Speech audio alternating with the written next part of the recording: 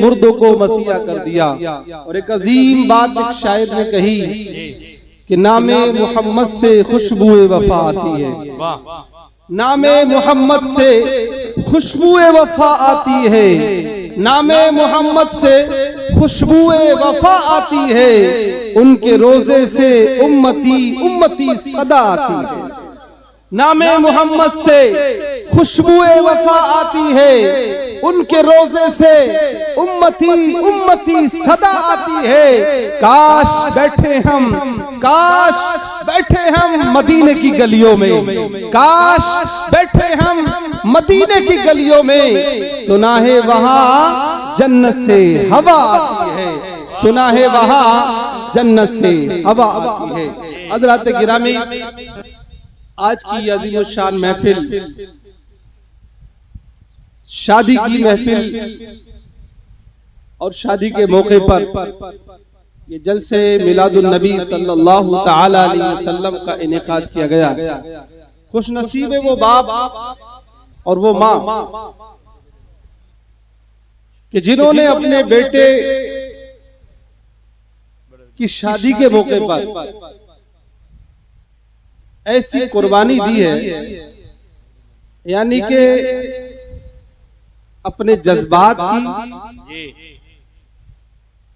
अपनी ख्वाहिशों की, आजकल के बिगड़े माहौल में, बिगड़े मिजाज की, लोगों की बातों की, वो तमाम चीजें जो लोग एक तवक्कुआत रखते हैं। और आजकल का ये नौजवान तबका जो थोड़ी देर थिरकने फिरकने और नाचने गाने और डीजे बाजे गाजे कि जो बुलाओ तो गुना, बताओ तो गुना, करवाओ तो गुना, देखो तो गुना, सुनो तो गुना, इन तमाम चीजों की कुर्बानी दे करके इन्होंने इनके बच्चे के नाम का, वालिद का नाम गालिबन इशरत है और उनके बेटे का नाम मोहम्मद उस्मान, जिसकी शादी होने जा रही है। काबिले मुबारकबाद है कि जिन्होंने शैतान की सारी ख्वाहिशों को छोड़ करके कुरान की उस आयत की पैरवी की है, या अय्युहल्लज़ीना आमनू ला तत्तबिउ खुतवातिश शैतान। ऐ ईमान वालों, ऐ मुसलमानों, ऐ नबी का कलमा पढ़ने वालों, ऐ रिसालत के परवानों, नबी के चाहने वालों, तुम्हें ये जरूरी है कि तुम शैतान के नक्शे कदम पर न चलो, बल्कि अपने परवरदिगार के महबूब के नक्शे कदम पर चलो। दुनिया कहे कि डीजे बजाओ, कोई कहे कि बाजा बजाओ, तुम कहो नहीं, हमें अपने दरवाजे पर बजवाना है तो नाते मुस्तफा बजाना है, हमें अपने दरवाजे पर बुलवाना है तो उलमाए अहले सुन्नत को बुलाना है, मसलके आला हजरत का फरोग करना है। इसलिए कि दुनिया इस्लाम के अंदर मसलके आला हजरत नाम है सुन्नत का और सुन्नत रसूल की पैरवी का, इश्क रिसालत का, इताअत रसूल का, मोहब्बत रसूल का। इसलिए कि सुन्नियों का नारा यही है कि मोहम्मद से वफा तूने तो हम तेरे हैं, कि मोहम्मद से वफा तूने तो हम तेरे हैं। ये जहां चीज है क्या लोहो कलम। नारे तकबीर, नारे रिसालत, उलमाए अहले सुन्नत, हज़रत अल्लामा मौलाना मुफ्ती ज़ाहुल कमर साहब क़िबला, सुभान अल्लाह। बहुत दुरूद पाक पढ़ लें बाबा से बुलंद, अल्लाहुम्मा सल्ली अला सय्यदिना मौलाना मुहम्मदिन बारिक वसल्लिम सलातन व सलामन अलैका या रसूल अल्लाह। ये जो नक्शा आप लोगों ने दो रुखा बनाया है ना, इसको पूरा मुकम्मल कर लो। पीछे वाले इधर आ जाए, दुरूद पाक पढ़ें और एक बार, अल्लाहुम्मा सल्ली अला सय्यदिना व मौलाना मुहम्मदिन बारिक वसल्लिम सलातन व सलामन अलैका या रसूल अल्लाह। रंग लाती है हिना पत्थर पे पिस जाने के बाद। पेड़ की पत्तियां रंग नहीं लाती हैं, जब तक के हिना पेड़ की पत्ती होती है तब तक के वो हरी होती है, और जब उस पर पत्थर पड़ जाते हैं, रगड़ा जाता है, घिसा जाता है, पीटा जाता है, कूटा जाता है, फिर हाथों में लगाया जाता है, तो फिर देखते हैं उस पर रंग आ जाता है। ऐसे ही मोमिन की मिसाल है, जब मोमिन अपने गुनाहों को खत्म करता है, अपनी आदतों को मिटाता है, गुनाह से तौबा करता है और अल्लाह ही के लिए करता है, सर झुकाता है मस्जिद में, सर उठाता है इंसानों में और लोगों को बताता है, लोगों देखो ये सर झुकता है तो मस्जिद में जाकर के झुकता है और इंसानों के सामने नहीं झुकता है। लोग कहेंगे क्या कहेंगे, शादी के अंदर क्या किया था, लोग कहेंगे तुमने कैसी शादी की है। कल कयामत के दिन पता चलेगा जनाब इशरत मियां साहब को, पता चलेगा कि जनाब जब कल कयामत के दिन पूरी पिपलोती कला की शादियों का बायोडाटा पेश किया जाएगा कि किसने डीजे बजवाया था, किसने अपने घर में नाचने वालों को बुलाया था, तो उस दिन पता चल जाएगा कि एक बंदा था कि जिसने उस माहौल में जब लोग पैसा आया तो लोग गुनाह पर खर्च कर रहे हैं। मौलाना कलीम साहब ने मुझको बताया कि जनाब मौलाना साहब हालात ऐसे हैं कि अगर इनको अच्छे काम का मशवरा ना दिया जाए तो हो सकता है गुनाह की तरफ माइल हो जाए। जब मुझसे इन्होंने बताया तो मुझे यकीन हुआ कि इंशाअल्लाह इनकी कोशिश और उलमा की यहाँ की कोशिश इंशाअल्लाह, और जो हमारा मदरसा चल रहा है उसकी कोशिश इंशाअल्लाह ये कामयाब होगी, ताकि कल कयामत के दिन सनद बन जाए कि जब लोगों के शादियों के बायोडाटा पेश किया जाएगा, क्योंकि वहां पेश किया जाएगा तो वहां ये बंदा कह सकेगा कि परवरदिगार आलम मैंने अपनी ख्वाहिश को खत्म करके, मैंने अपनी पसंदीदा चीज को खत्म करके मैंने वो पसंद किया जो तेरे मुस्तफा ने पसंद किया, मैंने वो पसंद किया जो तेरे नबी ने पसंद किया, हमने वो किया जो जिसको उलमा ने पसंद किया। हमने बात मानी, किसी डॉक्टर की नहीं मानी, मास्टर की नहीं मानी, किसी कलेक्टर की नहीं मानी, हमने मानी तो नाइब रसूल की मानी, हमने मानी तो आलिम दीन की मानी, हमने मानी तो मस्जिद के इमाम की मानी। और ये याद रखो, जो उलमा की पैरवी करते हैं, जो बुजुर्गों के तरीके पर चलते हैं, वो दुनिया में भी कामयाब होते हैं और आखिरत में भी कामयाब होते हैं। जिंदाबाद जिंदाबाद। इसलिए जरूरत है उसको करो जो अल्लाह को पसंद है। मैंने आयत करीमा भी वही पेश की है, चौथा पारा, लन तनालुल बिर्रा हत्ता तुनफिकू मिम्मा तुहिब्बून। हरगिज़ तुम भलाई को नहीं पा सकते जब तक कि तुम अपनी पसंदीदा चीज को खर्च ना करो। ये कुरान कह रहा है, हरगिज़ तुम भलाई को नहीं पा सकते, हरगिज़ तुम कामयाबी नहीं पा सकते, हरगिज़ तुम जिस चीज की भी तुम खैर चाहते हो वो पा नहीं सकते जब तक कि तुम अपनी पसंदीदा चीज को राहे खुदा में कुर्बान न कर दो। यही इब्राहिम की कुर्बानी बताती है, ये इस्माइल ज़बीहुल्लाह की कहानी हमें यही बताती है कि जो मिट जाते हैं वो अमर हो जाते हैं। शायर ने कहा है, मिटा दे अपनी हस्ती को गर कुछ मर्तबा चाहे कि दाना खाक में मिलके गुले गुलजार। अब आप यहाँ बहुत से किसान बैठे हैं, उससे लोग बैठे हैं यहाँ पर, मेरे ख्याल से पीछे शायद ऊपर तशरीफ लाइए। मैं उन तमाम हजरात की कद्र करता हूँ कि जिन्होंने हमें पढ़ाया है, हमारे असातिज़ा में से हैं। तशरीफ लाए, ऊपर आ जाए, इसका ख्याल रखना जरूरी है। हमारे अकाबिर ने फरमाया है कि जिसने किसी को एक हर्फ भी पढ़ाया हो, एक हर्फ भी पढ़ाया हो, तो वो मुझे चाहे तो बाजार में जाके बेच दे तो भी मैं उसका हक अदा नहीं कर सकता। बेशक बेशक। बात अलग है, किसी को मसनद मिल जाए, किसी को कुछ डिग्री मिल जाए, वो अपनी जगह पर है। अल्लाह ताला कद्र करना सिखाए आज के तलबा को भी, आज के पढ़ाने वालों को भी। ये बहुत जरूरी चीजें हैं, ये हमारे अकाबिर का असासा है, इसकी कद्र करने की जरूरत है। हज़रात गिरामी एक बार दुरूद पाक पढ़ लें, अल्लाहुम्मा सल्ली अला सय्यदिना मौलाना मुहम्मदिन बारिक व सल्लिम सलातन व सलामन अलैका या रसूल अल्लाह सल्लल्लाहु तआला अलैहि वसल्लम। हज़रात गिरामी मैं अर्ज कर रहा था, अल्लाह कुरान में फरमाता है, हरगिज़ तुम भलाई को नहीं पा सकते जब तक कि तुम अपनी पसंदीदा चीज खर्च न करो।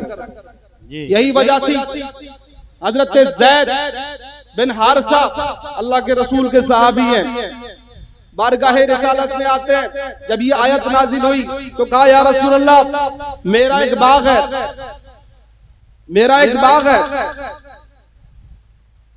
मैं उस बाग को जो सबसे ज्यादा पसंद करता हूं मेरा बाग बहुत खूबसूरत है, बहुत अच्छा है, लेकिन जब कुरान की ये आयत नाजिल हुई, सुनो मुसलमानों, जब सहाबा के दरमियान में कुरान की आयतें पेश की जाती थी तो सहाबा कुरान की आयतों के सामने झुक जाते थे और जो अल्लाह चाहता था वही किया करते थे।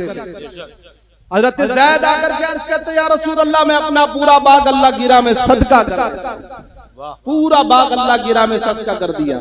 ये थे वो सहाबा कि जिनके घरों में आपकी तरीके से, आज की तरीके से, जैसे ये बकरीद का सीजन चल रहा है, उस जमाने में फ्रिज नहीं होता था कि जो पूरा का पूरा 13 भी गुजर गई तब भी पूरा भरा हुआ है, खाली नहीं हो रहा है। उनकी नीयतें इतनी ज्यादा ऐसी नहीं थी, अगरचे मुबाह है, मना नहीं है, लेकिन नीयत की बात कर रहा हूँ कि ये सहाबा की नीयत और उनका तरीका था, तुम उन्हीं के मानने वाले हो। यही वजह थी कि वो उस दौर में भी वो मुअज़्ज़ज़ थे मुसलमान होकर, हम खार हैं तारीके खुरा होकर, क्योंकि उन्होंने नबी पाक सल्लल्लाहु अलैहि वसल्लम की रिजा को पसंद किया, उन्होंने अल्लाह की रिजा को पसंद किया, इसलिए उनके तराने आसमानों में पढ़े जाते थे, उनके लिए सलाम जिब्रील अमी लेकर के आया करते थे, उनके लिए फरिश्ते आकर के कहा करते थे, ऐ अल्लाह के रसूल के सहाबी, ऐ अबू बकर तेरे ऊपर सलाम हो, खुदा की तरफ से तुम पर सलाम।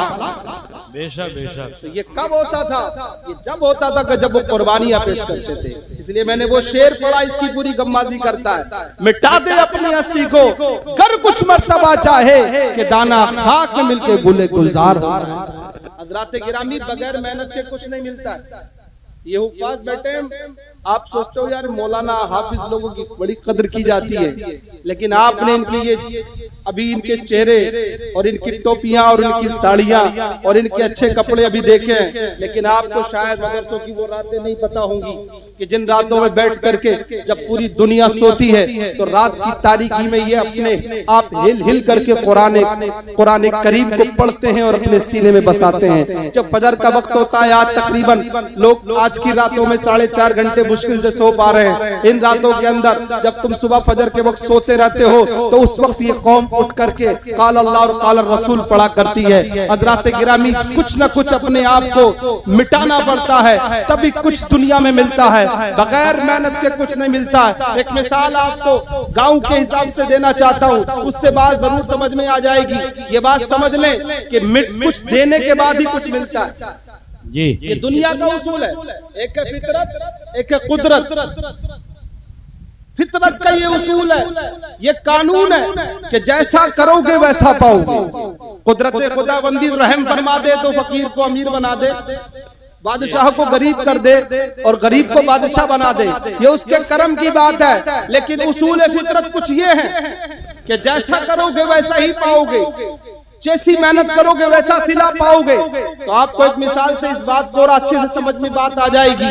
हज़रात गिरामी, आपने देखा गेहूं का दाना खेत में डाला जाता है, जब तक कि गेहूं का दाना है तो पौधा नहीं बन सकता, फल नहीं आ सकता, बाली नहीं आ सकती, चाहे वो गेहूं का दाना हो, चाहे मटर का हो, चाहे मक्का का हो, चाहे किसी अच्छे पेड़ का हो, जब तक कि वो बीज है, बाहर है, सॉफ्ट है, साफ है, तब तक उस पर कोई फल नहीं, उससे कोई फायदा नहीं। लेकिन जो ही किसान जमीन को खोदता है और फिर उसके अंदर उसको डालता है, बीज जमीन के अंदर जाता है और कुछ वक्त के बाद उसके अंदर रहने के बाद अपने जिस्म को फूल के फटा देता है। जब वो फट जाता है फिर उसके अंदर से एक पौधा निकलता है। फिर एक बीज था लेकिन एक बाली के ऊपर 70-70 दाने आते हैं। ये बताते हैं इस बात को कि जब तक अपने आप को मिटाओगे नहीं तब तक के कुछ फल आएगा नहीं।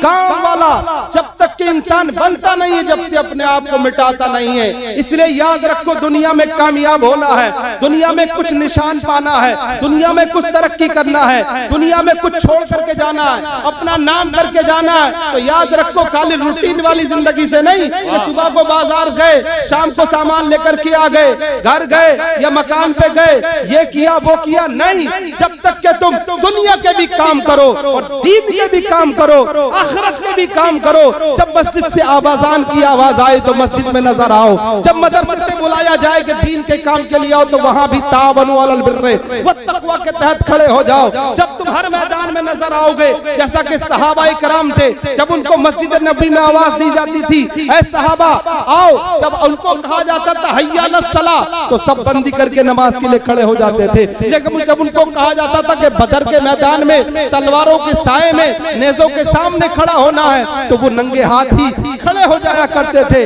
अल्लाह के रसूल के पैगाम पर अमल करते थे। वो दुनिया को बताते थे कि हम आए भी यहाँ हैं तो मुस्तफा के लिए, और जाएंगे भी यहाँ से तो मुस्तफा के लिए, इसलिए कि हम जीते भी हैं तो मुस्तफा के लिए और मरते भी हैं तो मुस्तफा। नारे तकबीर, नारे रिसालत, उलमा अहले सुन्नत।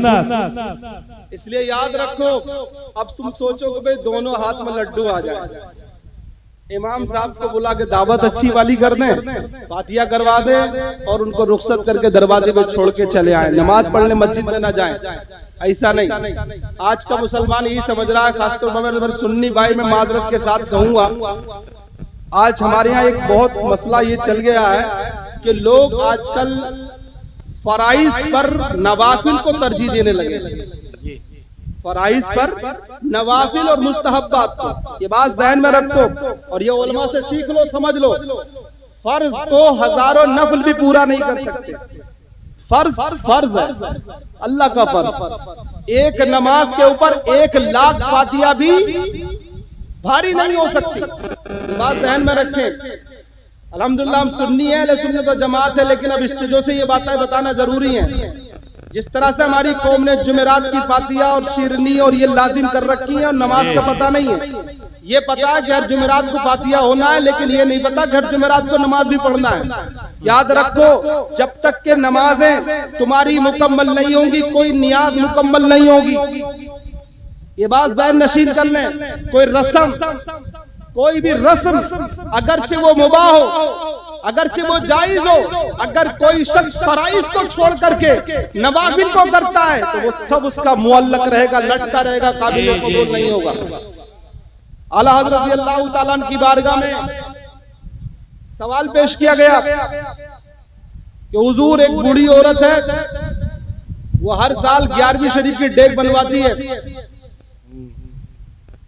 और पास में गरीब मदरसा है, वहां गरीब बच्चे पढ़ते हैं, तो क्या उसको 11 डेगे बनवाना जरूरी है या मदरसे के गरीब तलबा को देना जरूरी है? तो आपने फरमाया कि डेग न बनवाए, बल्कि उसी का जितना भी खर्च है वो मदरसे के तलबा पर खर्च कर दे। गौसे पाक भी राजी हो जाएंगे, नजर भी हो जाएगी और तालीम का काम भी हो जाएगा, उसको उसका ज्यादा बल्कि डबल सवाब अल्लाह ताला फरमाएगा।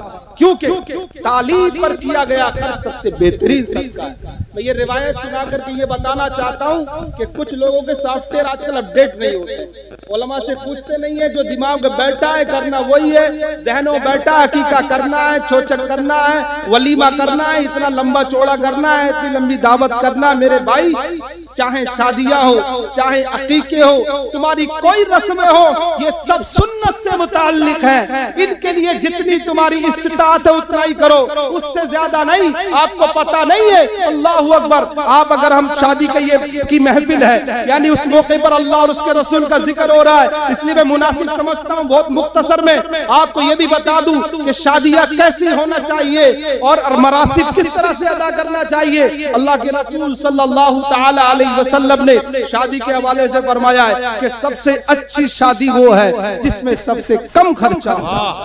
सबसे अच्छी शादी, मुस्लिम की हदीस है ये, तिर्मिज़ी शरीफ में भी ये हदीस पाक आई है। अल्लाह के रसूल सल्लल्लाहु अलैहि वसल्लम ने साफ फरमाया। लेकिन आज हमारे मरासिम इतने तेजी से बढ़ रहे हैं और इनको लोग जानने की कोशिश, हर आलिम बयान करता है, बल्कि अच्छे अंदाज से बयान करने की कोशिश करता है, लेकिन खालिस हमारी कौम का मिजाज बन गया, इधर सुना और उधर छोड़ दिया। मेरे भाई, अमल की कोशिश करें। अगर आपकी छोटी सी कोशिश रही तो आपको अल्लाह ताला के यहाँ बहुत बड़ा अजर मिलेगा। जो लोग आज ऐसा कर रहे हैं उनको अल्लाह ताला अजर देता है। मेरा अर्ज करने का मतलब यह है कि वो तमाम मरासिब के जो फराइज से अहम नहीं है, हाल तो ये हो गया है कि नौशे मियां सुबह को जब बारात जाते हैं तो फजर की का पता नहीं होता है, लेकिन वो शुक्राने की का पता रहता है। फजर की मेरे यहाँ तो जितने भी आए, मैंने तो पहले फर्ज पढ़वाए।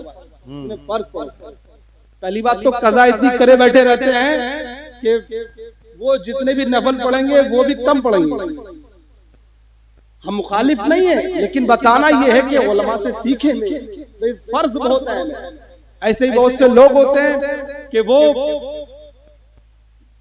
मस्जिदों में लेकर के जाते हैं, न जाने और कितनी रस्में हैं, ऐसी बहुत सी रस्में उलमा बयान भी करते हैं, किताबें लिखी जाती हैं इसके ऊपर, लेकिन स्टेजों से बार बार याद दिलाया जाता है, क्योंकि ये भूल बहुत जल्दी जाती है, इसलिए याद भी दिलाया जाता है। तो जो मरासिम गैर शरई है, बहुत से गैर शरई मरासिम भी हमारे यहाँ, उनसे भी बचना बहुत जरूरी है। जैसे एक बड़ी मशहूर रस्म आजकल हमारे यहाँ मेहंदी चल रही है, इसके अलावा जो लोग लगाते हैं, याद रखें शरीयत के मेहंदी लगाना जायज नहीं है, औरत ही के लिए मेहंदी।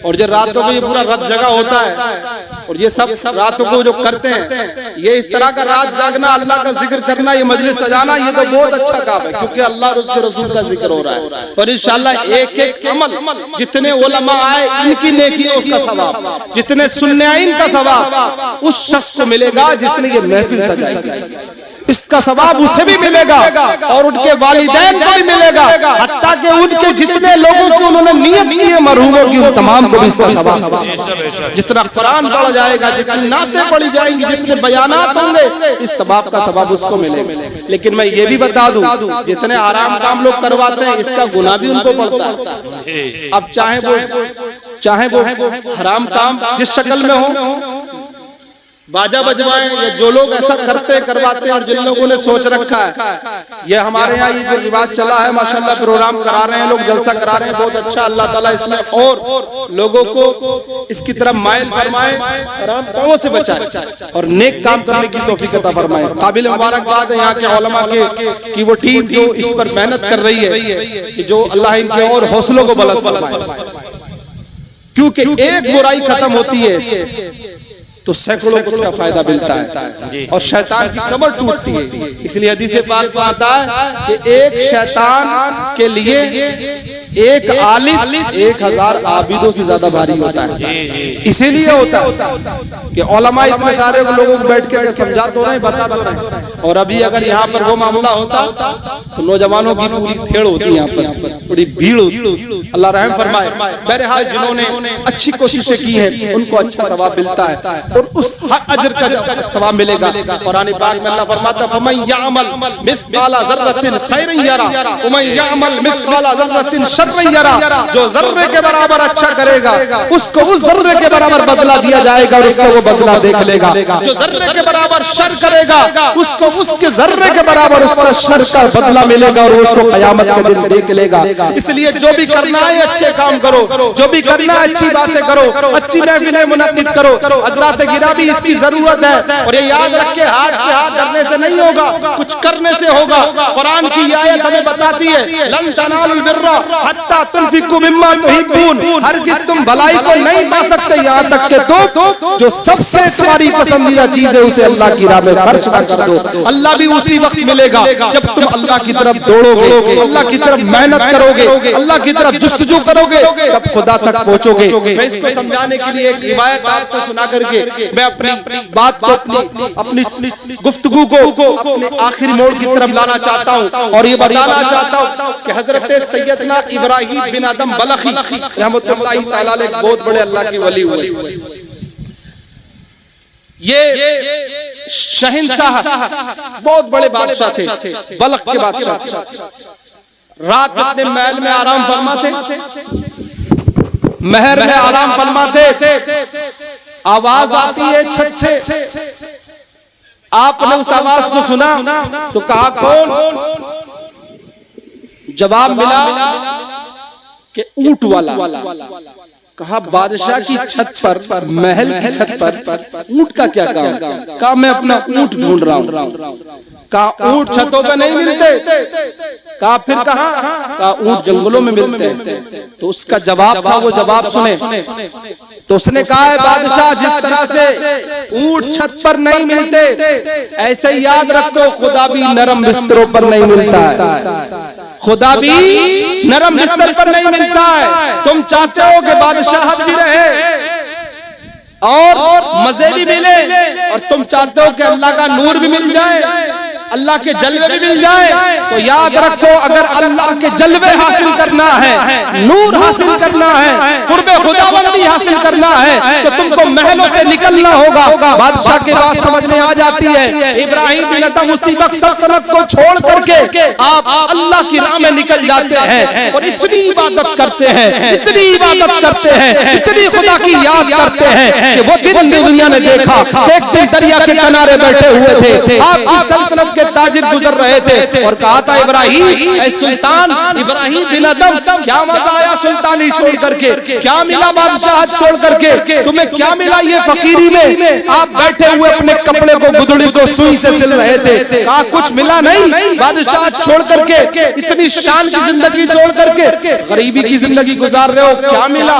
तो जवाब मिलता है, तो तुम जानना चाहते हो क्या मिला, तो देखो आपने अपनी सुई को उठाया और दरिया में डाल दिया और फरमाया, ऐ मछलियों, मेरी जो सुई है वो मुझे ला करके दो। तो देखते क्या है कि एक मछलियां एक नहीं बल्कि सबके मुंह में, किसी के मुंह में सोना है, किसी के मुंह में चांदी है, और ला करके पेश करती है। आप फरमाते नहीं नहीं, मुझे सोना चांदी हीरे जवाहरात नहीं चाहिए, मुझे तो अपनी सुई चाहिए। इतनी देर में एक मछली ला करके आपकी सुई भी पेश कर देती है। और उसके बाद आपने ताजिरों से फरमाया, सुनो ताजिरों, देखो तुमने कहा था कि ऐ इब्राहिम तुम्हें सुल्तानी छोड़ करके क्या मिला, तो बताना ही चाहता हूँ कि जिस वक्त में बादशाह था तो उस वक्त में लोगों के सरों पर हुकूमत करता था, लेकिन आज मैं अल्लाह का जिक्र करके, अल्लाह की इबादत करके मैं लोगों के दिलों पर हुकूमत कर रहा हूँ, मछलियों पर हुकूमत कर रहा हूँ, समंदर पर हुकूमत कर रहा हूँ, क्योंकि हदीस पाक में आता है,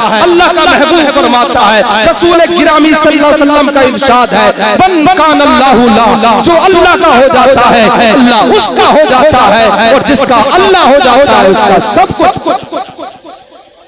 इसलिए हज़रात गिरामी जरूरत है कि अल्लाह की तरफ रुजू करें। आज हम और आप दुनियादारी की तरफ तवज्जो दे रहे हैं, लेकिन सही माना में जिस तरह से एक इंसान को अल्लाह के दीन की तरफ आना चाहिए वो आज हमारे अंदर नहीं पाया जा रहा। मैं सिर्फ इतना बताना चाहता हूँ कि आज इस प्रोग्राम से आप ये पैगाम लेकर के जाएं कि इंशाअल्लाह हमें जो भी कुछ करना है अल्लाह की रिजा के लिए करना है। आजकल उम्र हो ये रहा है कि बहुत से काम, चाहे तकदीर हो चाहे नात हो, ये आजकल नियतें हो रही हैं कि बस लोग खुश हो जाएं। दूर दूर तक इस नियत का ख्याल भी नहीं होता है कि अल्लाह खुश हो जाए, अल्लाह राजी हो जाए। याद रखे जिस अमल में नियत अच्छी नहीं होगी वो अमल अल्लाह की बारगाह में कबूल नहीं होगा। बुखारी शरीफ की पहली हदीस पाक में आता है, इन्नमल अमालु बिन्नियात, अमाल का मदार नियतों पर होता है। नियतुल मोमिन खैरु मिन अमल, मोमिन की नियत उसके अमल से बेहतर हुआ करती है। आज हमारी नियतें ही अच्छी नहीं है, आज हमारा अमल भी अच्छा नहीं, नियत भी अच्छी नहीं, फिर और सब कुछ होने के बाद इखलास नहीं। ये तीनों चीजें होना बड़ा जरूरी है, नियत भी अच्छी होना जरूरी है, अमल भी अच्छा होना जरूरी है, और इखलास भी अच्छा होना जरूरी है। तीन चीजें जब जमा होती हैं, जब नेकी की कबूलियत की उम्मीद की जाती है, और आज ये तीनों ही गायब है। ना नियत है, कोई काम करने उससे पहले नियत ही नहीं है, और दूसरी बात अगर कर भी रहे हैं कोई काम तो अच्छा काम नहीं है, कोई भी काम कर रहे हैं, और तीसरी बात अगर नियत और अमल जमा भी हो जाए तो उसमें फिर इखलास नहीं है। कोई किसी को खुश करने के लिए, कोई किसी लालच में, कोई किसी गरज में। याद रखे जो भी कुछ करे वो अल्लाह की रज़ा के लिए करे, ये बहुत जरूरी है। पहला पैगाम है जो मुसलमान को मिलना चाहिए। ये सहाबा थे जो यही काम किया करते थे। एक आखिरी रिवायत आपको समझाने के लिए बता के जा रहा हूँ, उसको याद कर लेना। और एक पैगाम है इस रिवायत के अंदर, और ये वो पैगाम है जो मालदार को और गरीब को दोनों को पैगाम बराबर का देता है।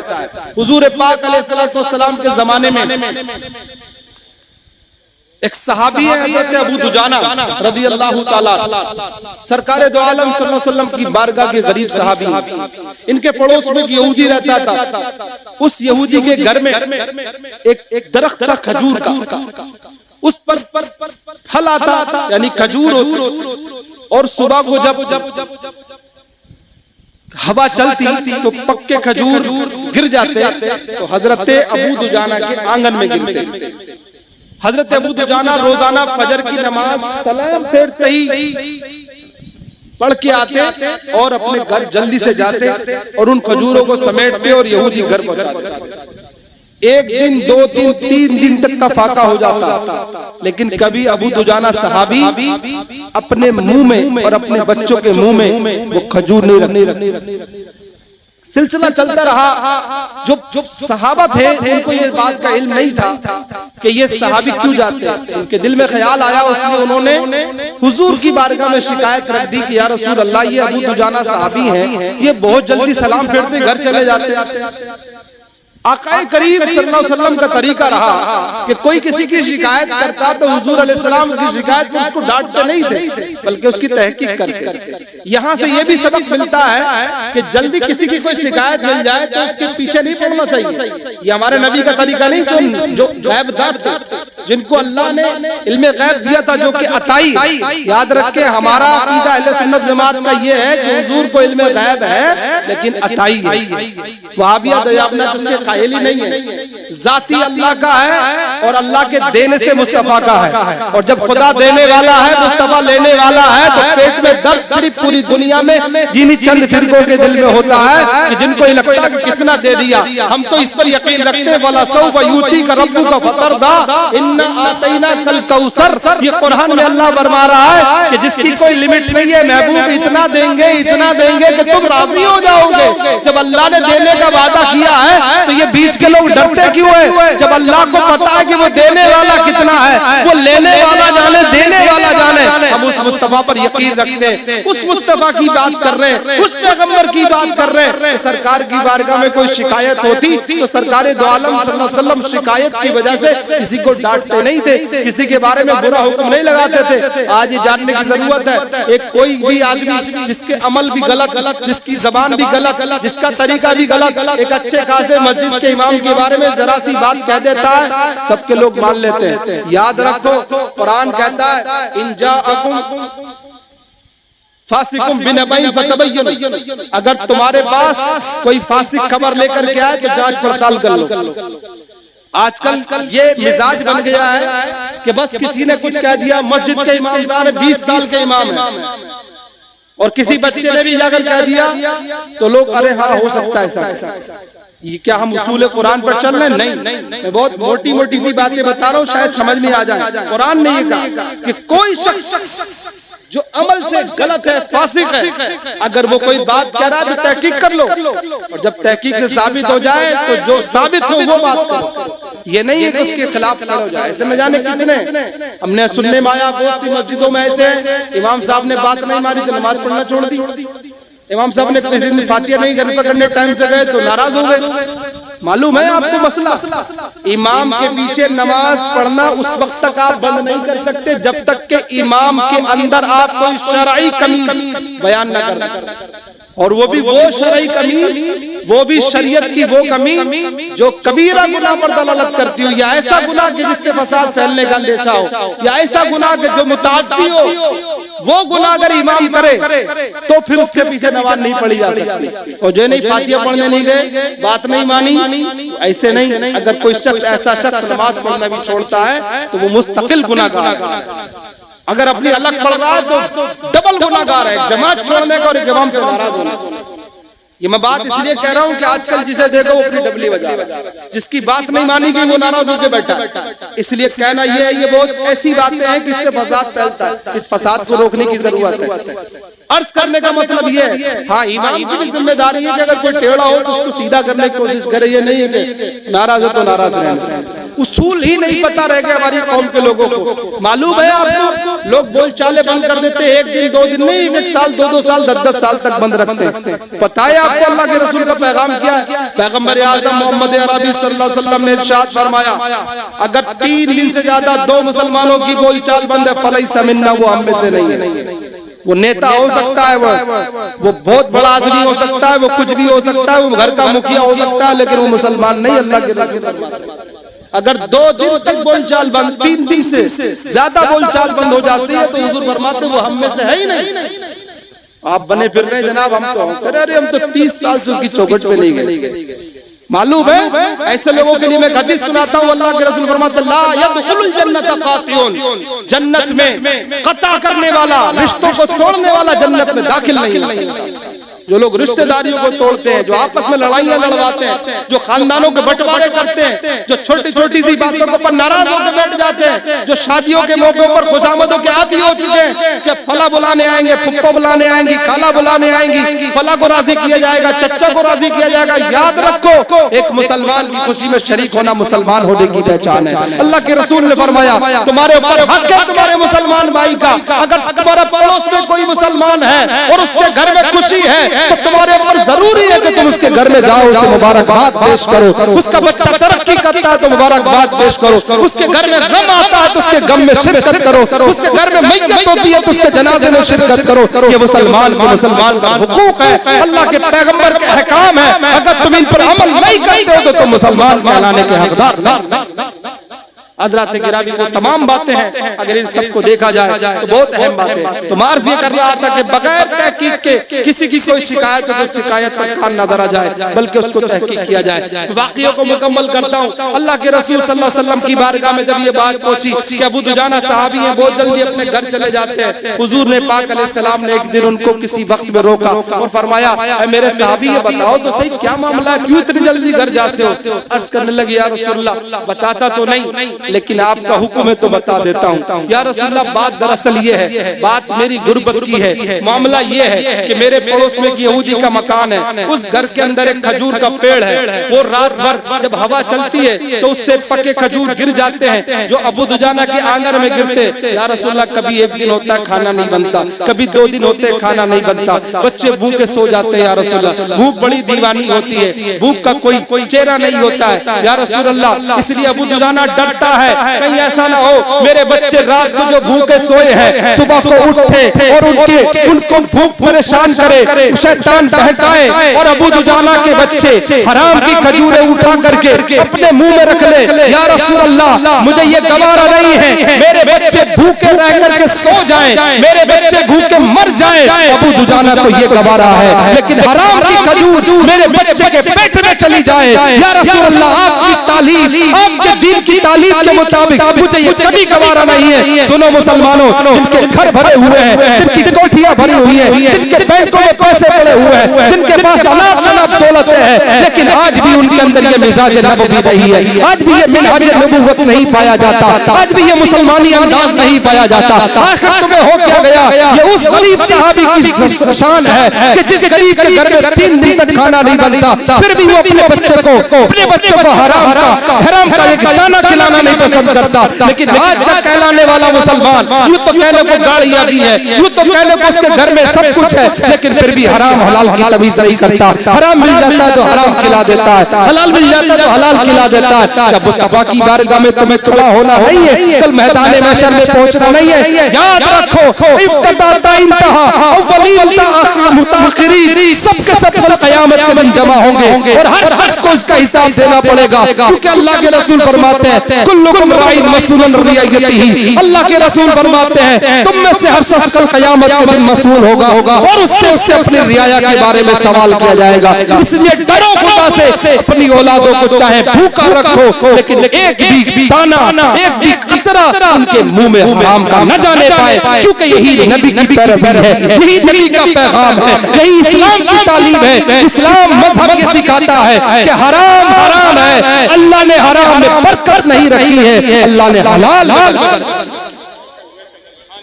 इसलिए हजरत अबू दुजाना रज़ी अल्लाह तआला ये कह रहे हैं। अब सुनो, ये बात कभी गरीब तक की है, बात गौर से सुन ले, ये बात कभी गरीब सहाबी की है। अब सुनो, उसी मजलिस में अमीर सहाबी, एक अमीर सहाबी है जिनका नाम बादल अंबिया बित्तहकीक अफजलुल बशर अबू बकर सिद्दीक रज़ी अल्लाह तआला। सुने, आज हमारे माशरे में अमीर और गरीब दोनों पाए जाते हैं। गरीबों के भी हालात बड़े अजीब तरह हैं और मालदारों की तो कहने ही क्या।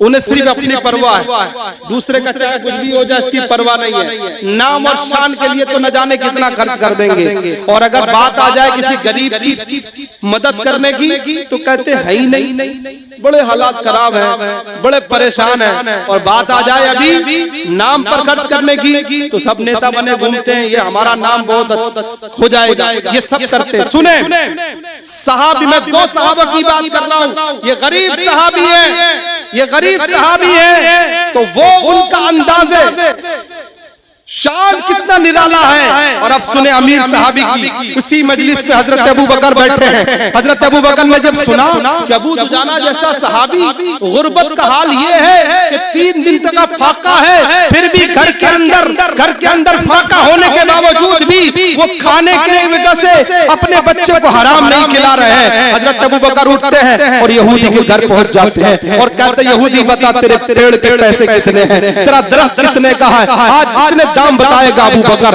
कुहाफा का बेटा उसे उठा करके जाएगा। हजरत अबू बकर उससे दाम लगवाते हैं। अब यहूदी ने कहा इसके इतने पैसे हैं, हजरत अबू बकर उसके पेमेंट कर देते हैं।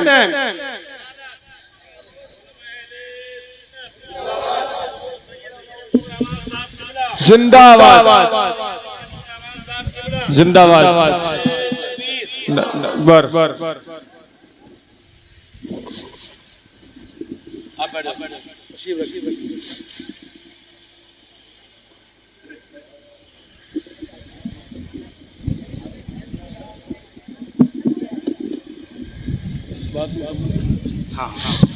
सब दुरूद पाक पढ़ें। अल्लाहुम्मा सल्ली अला सय्यदिना मौलाना मुहम्मदिन बारिक वसल्लिम सलातन व सलामन अलैका या रसूल अल्लाह सल्लल्लाहु अलैहि वसल्लम। हज़रात गिरामी, मैंने वाक़ये के 2 रुख हैं, एक तो आपके सामने पेश कर दिया है, बहुत दूसरा बहुत जल्दी से सुन लें। हमारे दरमियान में अज़ीमुश्शान खतीब तशरीफ ला चुके हैं, इंशाअल्लाह आप उनका खिताब मुफस्सल मुदल्लल सुनेंगे। अर्ज करना यह चाह रहा हूँ कि हजरत अबू बकर सिद्दीक रज़ियल्लाहु अन्हु यहूदी के घर पहुंचते हैं और उसके बाद आप फरमाते यहूदी बता तेरे पेड़ के कितने पैसे हैं, दरख्त की कितनी कीमत है, सारी कीमत अदा कर देते हैं। और उसके बाद यहूदी से लेने के बाद फरमाते सुन यहूदी, आज के बाद पेड़ तेरे घर में रहेगा और पेड़ के फल अबू दुजाना के घर में होंगे। पेड़ तो तेरा होगा लेकिन फल अबू दुजाना के होंगे। ये कह करके बताते नहीं है कि मैंने सौदा क्या कर दिया। आजकल के मालदारों की तरह नहीं है कि थोड़ा सा देते हैं, सर्दी आ गई एक कंबल बांटा पूरे जहान को पता चल गया, जरा सा गर्मी आ गई एक बाल्टी का शरबत घोला और पूरे जहान को पता है। फेसबुक, ट्विटर और व्हाट्सएप पर घूम रही है तस्वीरें। सुन लो मुसलमानों, ये वो सहाबा है जो उस पर अमल करते हैं कि दाएं से खर्च करो तो बाएं को खबर ना हो। ये वो लोग हैं कि जो लोग अल्लाह की राह में करते हैं तो सिर्फ अल्लाह के लिए करते हैं, नाम और निशान के लिए, क्योंकि उन्हें पता है रिदवानुम मिनल्लाहि अकबर, अल्लाह की थोड़ी सी रिज़ा ही सबसे बड़ी चीज हुआ करती है। इसलिए हजरत अबू बकर इधर सौदा करके जब पहुंचते तो अब यहूदी के दिल में बात आती है, मेरा पड़ोसी मुझे कुछ पता नहीं, आखिर मैटर किया है, मामला किया है, वो पूछने लगता है अबू बकर सारी बातें अपनी जगह है, आखिर बताओ तुम दूसरे महल्ले के रहने वाले, मैं यहाँ का रहने वाला, मेरे पड़ोस में अबू दुजाना है, क्या मामला है कि तुमने आकर के सौदा कर दिया और कह दिया आज के बाद पेड़ तुम्हारे घर में रहेगा और फल अबू दुजाना घर में होंगे, आखिर मैटर क्या है, मुझे बात बताओ। हजरत अबू बकर फरमाते सुन ऐ यहूदी सुन,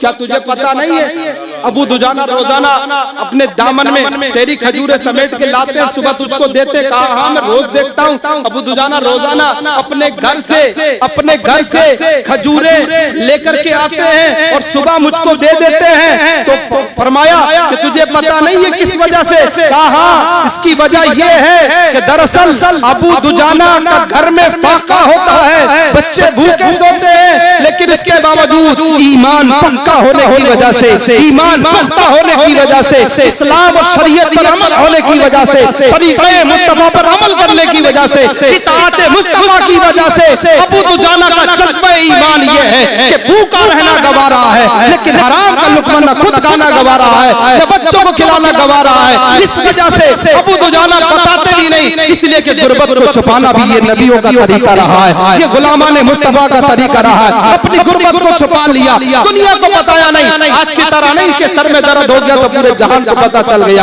आज की तरह नहीं कि जरा सी परेशानी हो तो ढंडोरा पीट दिया। सरे राह खड़े होकर के बता रहे हैं हम परेशान हैं, चिल्ला रहे नहीं। ये सहाबा हैं, ये जुल्म सितम सहते हैं, ये परेशानियां उठाते हैं, लेकिन दुनिया को नहीं बताते हैं, क्योंकि इनको पता है कुरान में अल्लाह ने फरमा दिया है वला नबलुवन्नकुम बिशैइन मिनल खौफ वल जु'i व नक्सिम मिनल अमवाल वल अनफुस वस्समरात व बश्शिरिस साबिरीन। क्योंकि कुरान कह रहा है कि हम तुमको आजमाएंगे तुम्हारे मालों में कमी करके, तुम्हारी जानों में कमी करके, तुम्हारी खेतियों में कमी करके, तुम्हारी औलादों में कमी करके, और जिसने इन तमाम चीजों को, इन सारी आजमाइशों को सब्र के साथ कबूल कर लिया तो उन्हें जन्नत की बशारत दे दो। उन्हें सब्र करने वालों को बशारत दे दो। यही वो चीजें थी जो सहाबा के दिल में थी, उन्हें पता था ये सारी चीजें होती है। जब ये बात यहूदी ने जान ली ये मामला है, तो यहूदी कहता है अबू बकर बात इस पर नहीं रुकेगी, चलो मुझे भी बारगाहे मुस्तफा में लेकर के चलो, मुझे भी दरबारे रसूल में लेकर के चलो,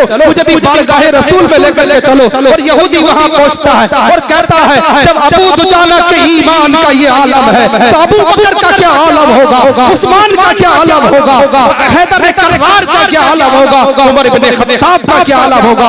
या रसूल अल्लाह जब तुम्हारे बारगाह के गरीबों का ये आलम है तो इन बड़ों का क्या आलम होगा। इसलिए मैं कलमा पढ़ करके हल्का बगोश इस्लाम होता हूँ और कलमा पढ़ता हूँ ला इलाहा इल्लल्लाह मुहम्मदुर रसूलुल्लाह। इस्लाम जिंदाबाद, इस्लाम पाइंदाबाद। आखिर दावाना अल्हम्दुलिल्लाहि रब्बिल आलमीन। सुभान अल्लाह, सुभान अल्लाह, बहुत लाजवाब।